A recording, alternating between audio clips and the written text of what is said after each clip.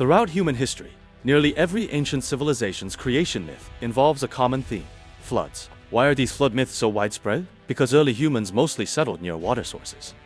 And floods and droughts were often the greatest natural disasters they had to face.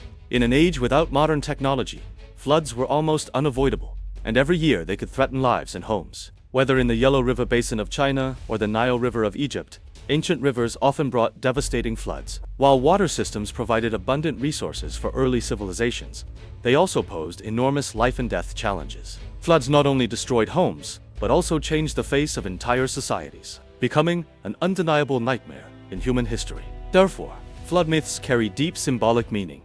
They not only represent the devastation of natural disasters, but also symbolize destruction, cleansing, and rebirth. From China's Da Yi, controlling the flood, to the Western Noah's Ark and the Gilgamesh of ancient Babylon, the heroes in these myths used wisdom and courage to lead people out of disaster and into rebirth and hope. Today, we will start with the story of Da Yi controlling the flood and explore how these timeless flood myths have deeply influenced the development of human civilization and become part of global cultural heritage.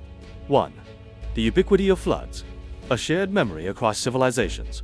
China's Da Yi controlling the flood is one of the most representative flood myths. According to the legend, floods ravaged the land, threatening the very existence of Chinese civilization. To deal with this disaster, the flood control heroes of the Yao and Shun eras, Gun and Da Yi, invested great efforts. Gun used the method of blocking the water sources.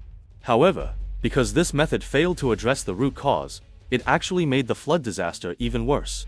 Da Yi, inheriting his father's flood control mission, led the people to successfully manage the flood through on-site investigations and tailored strategies, restoring social order. This story reflects the ancient Chinese deep understanding of natural disasters and highlights the flood control wisdom of putting people first and working in harmony with nature. The Noah's Ark tells a story of God deciding to destroy the world with a flood due to human sin.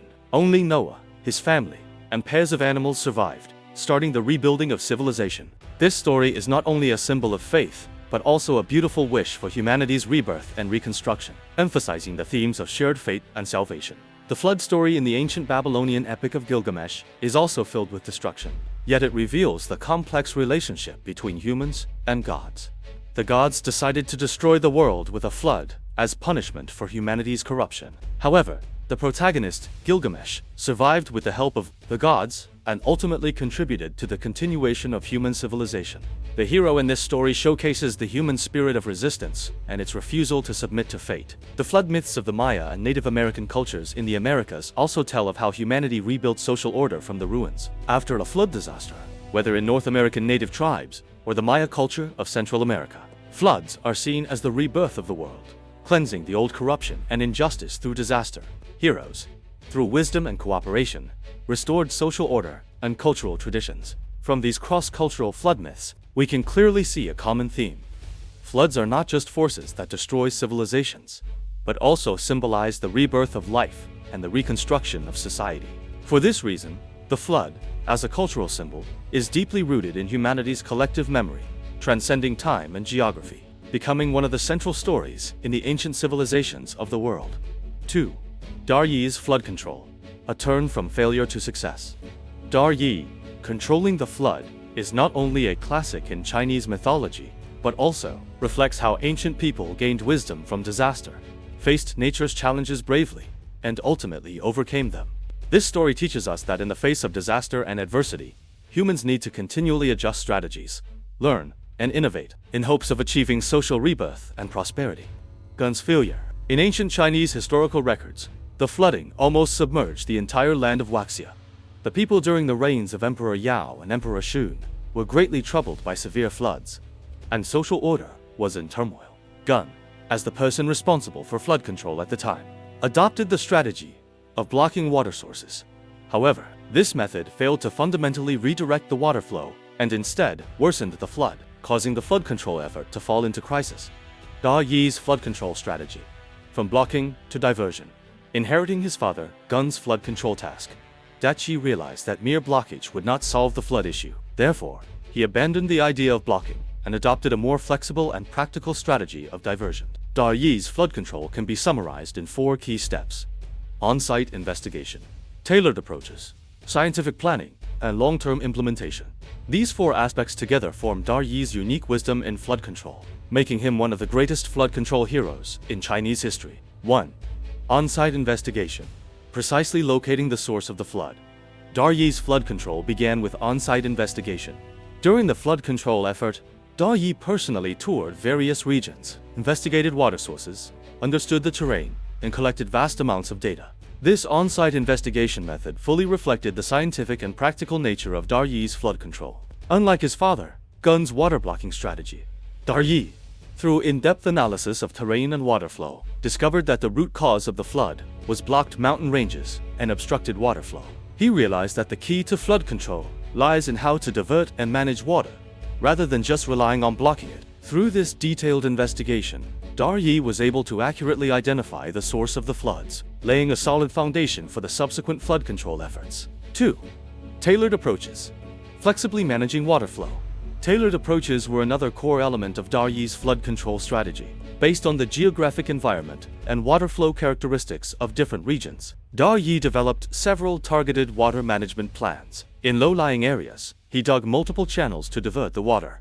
In mountainous regions, he built dams to prevent overflow. In areas where water converged, he built canals to distribute the water more efficiently. This tailored approach fully reflected Dayi's flexibility and practical spirit. By abandoning a one-size-fits-all method, he effectively solved the flood problems in each region. 3. Scientific planning. Focusing on the long term and the big picture. Dayi's flood control was not only an emergency response, but also a long-term plan for sustainable development. He understood that flood control was not just about addressing immediate disasters, but also about ensuring the future development of society. Therefore, in the flood control process, Dayi focused on scientific planning. Based on local climate, terrain features, and water flow patterns, he established a comprehensive water management system.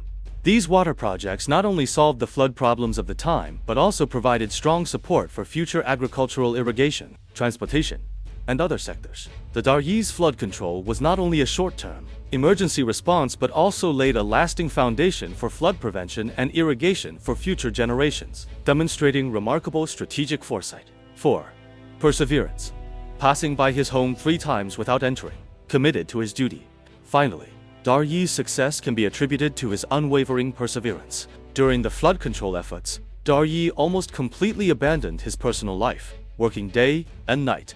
He passed his home 3 times without entering. Willing to sacrifice reunions with his family to avoid delaying the flood control process, Dayi's selfless dedication and unyielding attitude made him a symbol of heroism in ancient China. By widely involving the public, he made the flood control efforts faster and more comprehensive. Dayi not only succeeded technically, but also set an example of selflessness, putting the people's needs before his own personal interests. 3. The symbolic meaning of floods. Purification and rebirth. In many cultures, floods are not just natural disasters. They also carry symbolic meanings. Floods are often seen as a force that washes away old corruption and chaos. It represents the arrival of new life and order. Whether in China's story of Dayi controlling the floods, or in other cultures, flood myths, floods symbolize the rebirth of a civilization. It cleanses past mistakes and corruption, bringing hope and prosperity to the new society. In this process, the role of heroes is crucial. With courage and wisdom, they guide the people from disaster to rebirth. From China's story of Dayi controlling the floods to flood myths across the globe, these tales span time and space, interwoven through the history of multiple civilizations. They remind us of a profound truth. The destruction brought by natural disasters is not inevitable, and human wisdom and courage can overcome challenges to bring about rebirth and hope.